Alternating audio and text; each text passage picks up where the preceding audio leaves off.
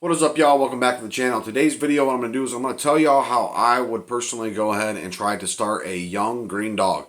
Let's go ahead and get into it, man.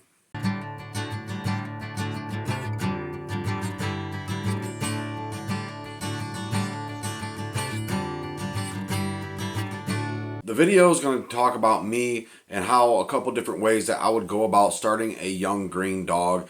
Okay, a young green dog being a dog probably over 6 months of age, right? Maybe even a year old, something like that. That's green, or maybe even just a dog that somebody has already previously been fooling with and they've gotten rid of it over onto you. Okay, so we're gonna have to skip a lot in the process when we're talking about a dog that we've missed the first part of the life, right? So we've missed from the puppy on. We're talking about we're needing to go ahead and put into perspective and calculate what this dog is actually capable of. Now, to me, there is a couple kind of green dogs that you will get a hold of, okay? You'll get a hold of a green dog that is a sheltered kind of dog, and they're not so skittish, but they are not knowing. They are unaware of a lot of things. They haven't been out in the yard much. They haven't been ran much. They haven't been in the woods any. They haven't really been outside the kennel or off the chain, and that tends to put a little bit of no confidence, right? They have low confidence. They act almost timid, almost scared, almost skittish, but very super inquisitive, right? So it's not that they're scared or timid, that they're just learning all this stuff brand new. So an actual super green dog. Now other guys will are unsocialized, right? So on the other hand of this, we have dogs that are kind of like a hardened, kind of hardy green dog, to where it's a dog, it's got the confidence, nothing really gets in the way of it. It just goes out there and does what it does. It just don't hunt yet. You cut it in the woods, it mills around, or it might take off a little bit. It's just a greener kind of dog that hasn't seen a lot of action. Maybe it's been in the woods a little bit. Maybe they fool with the coon scent. But ultimately, the dog hasn't reached a level to do much of anything. But it is a dog that has no shyness, timidness, issues like that. Okay, so first things first, if we get the first kind of these green dogs to where they are just super sheltered, they don't know anything, they don't learn anything, they haven't been accustomed or acclimated to anything.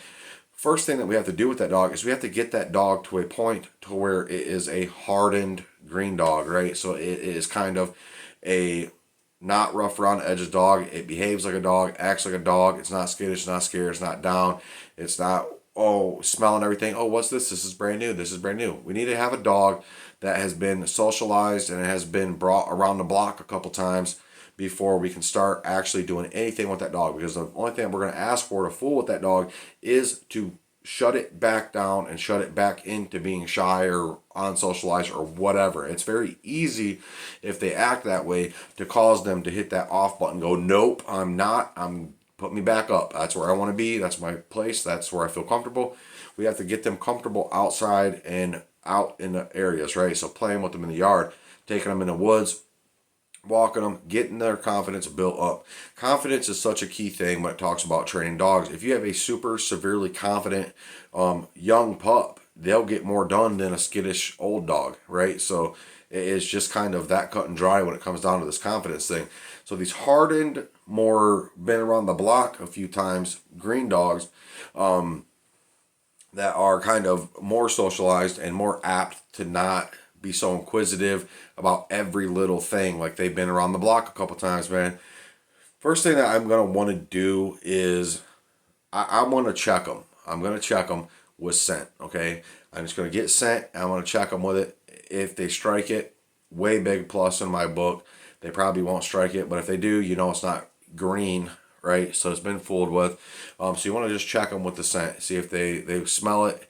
If they really act like when they smell it, that they're like, oh, I like that. I'm interested in that. Then we know I can do something. I can work with this dog on some level with this scent, right? So we need, if they're not to that level, then we need to get them to that level. So then we're putting all these little cliff notes in the assessment of these green dogs. If they're shy, we need to go not shy. And then once they get not shy, then we check them with the scent. If they like the scent, then we can move on. If they don't like the scent, then we need to get them to like the scent, right? And it's just kind of like we go down this little list.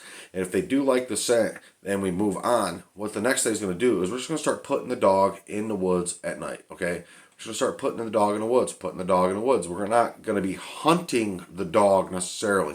Now, if he's striking a coon scent, you put him in the woods, he's probably going to strike up and run a track. If we pick a green dog and we put it into the woods and it strikes up and runs a track, the dog is not actually green, okay? So I'll just say that right there. We got a whole nother list to go on to.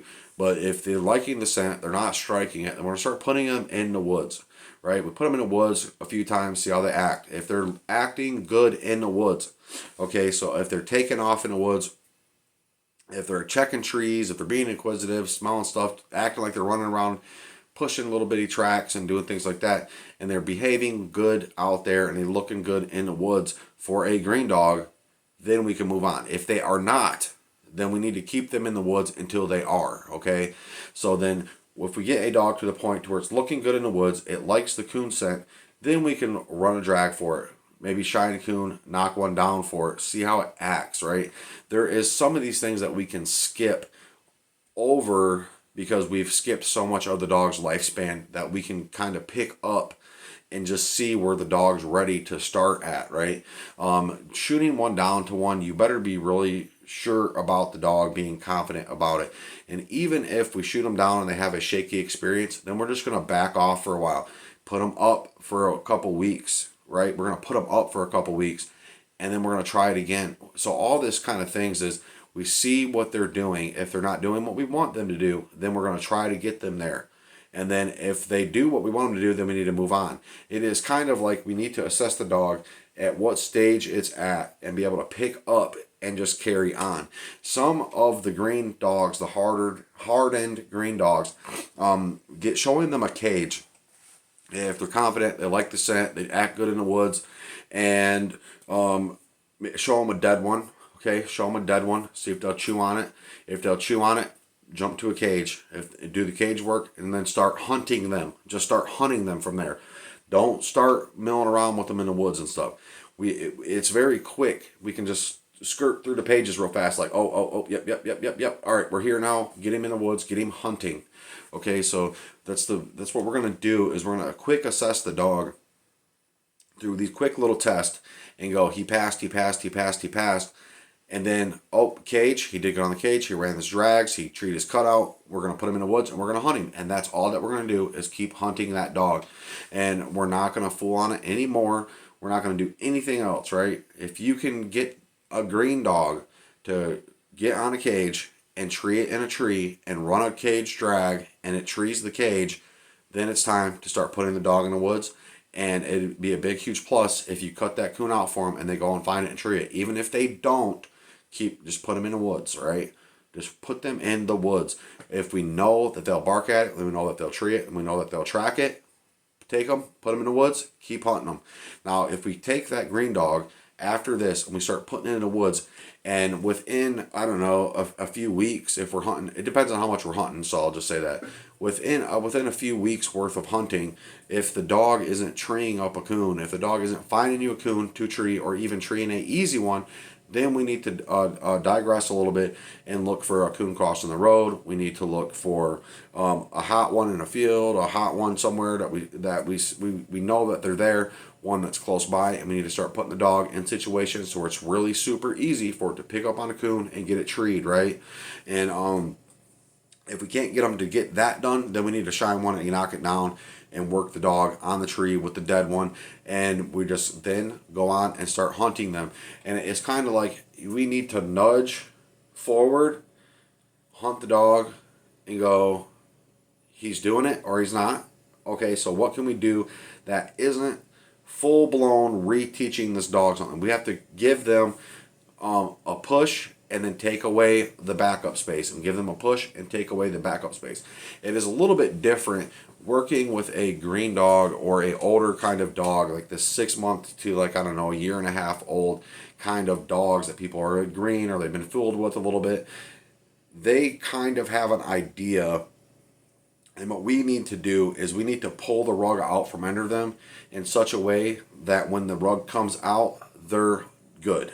Okay, so there's no getting back on the rug, man. You know, there's no going back. You're not coming back. You're going forward, because obviously, 9 times out of 10, the reason why we're getting a hold of green dogs is because people don't want to fool with them or they can't get them to do anything. So when we get the dog, we need to immediately start peeling the rug out from underneath them and going, okay, nope, you're not getting this back. You are going forward, because if we don't make it that way, if we don't make it in such a way that the dog is getting pushed forward at an accelerated rate and getting thrown down in the thick of it, they will quickly revert back to how they were doing the other guy, and they'll start not doing things for you. They'll start not hunting for you. They'll start not getting on the tree for you.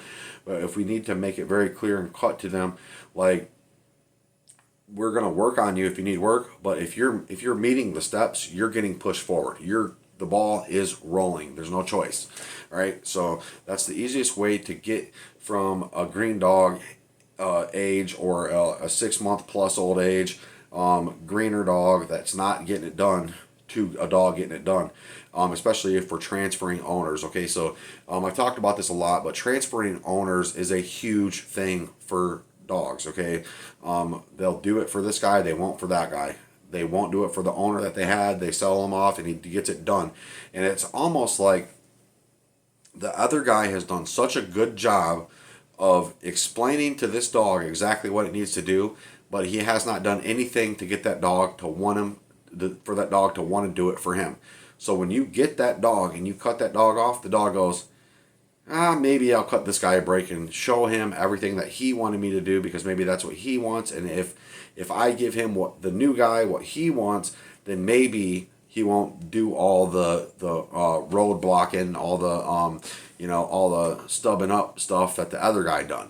So I've had this happen. I've had a dog I've gotten, and somebody else said, I cannot get this dog to do squat. I put the dog in the woods and it treated Coon, and I go, what are you talking about?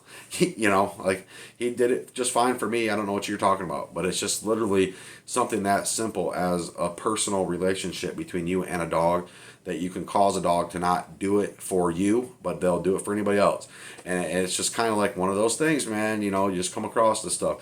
The green dog thing is decent. Okay, so if we get a actual green dog, there's a big difference between a green dog and a sheltered dog and a timid dog, and a more hardened kind of dog and a dog that has been fooled with. Okay, so we have all these different things.